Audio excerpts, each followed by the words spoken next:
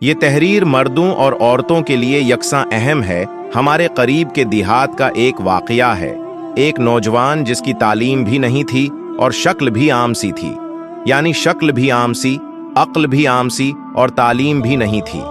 इसकी एक खूबसूरत कज़न थी। इस नौजवान ने कहा, मैं अपनी इसी कज़न से शादी करना चाहता हूँ। चनांचा माँ बाप ने भी अधर जोर दिया। लड़की वालों ने लड़की से पूछा तो लड़की ने तो शुरुआ में हाँ कर दी। निकाह हो गया, रुखसती भी हो गई।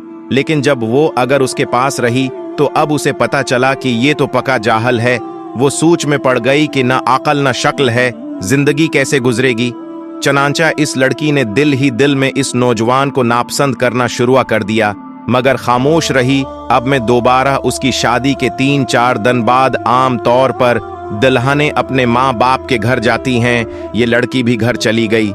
इसके दिल में ये बात थी कि इस घर में कभी ना आन भी ना आऊं तो ज्यादा अच्छी बात होगी, मगर उसे माँ बाप के सामने बात करने की जरात नहीं हो रही थी, क्योंकि एक तो करीब का रिश्ता था और दूसरा शुरुआ में हाँ भी कर चकी थी। उन्हें एक गांव से दूसरे गांव जाना था। रास्ते में उसने खावंद से कहा, मुझे प्यास लगी है। करीब ही एक कनुआ था।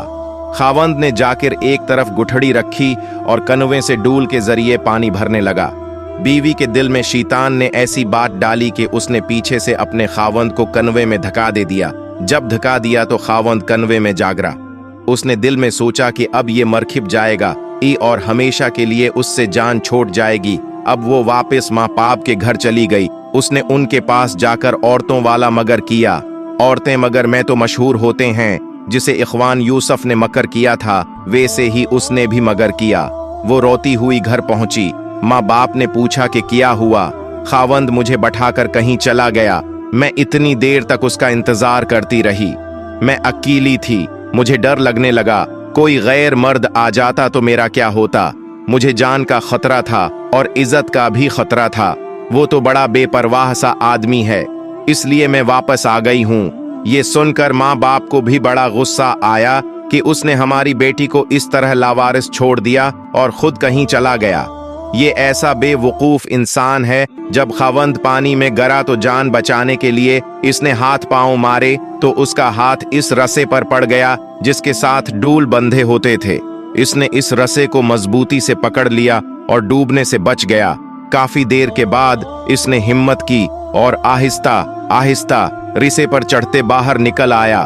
बाहर निकलकर इसने सोचा कि मैं क्या करूं।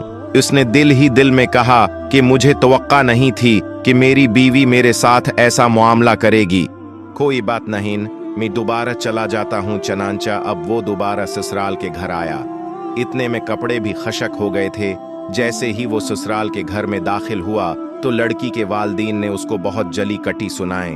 कहने लगे, तो कैसा बेअक्ल इंसान है कि तो हमारी बेटी को अकेले छोड़कर चला गया। तो बड़ा बेपरवाह है, तुझे उसका जरा ख्याल नहीं। उन्होंने जो कुछ कहा उसने खामोशी से सुना और आखिर में सिर्फ इतना कहा कि हाँ, मुझसे गलती हो गई है। बहरहाल आप अपनी बेटी को भेज दें, हमें घर जाने में देर हो रही है।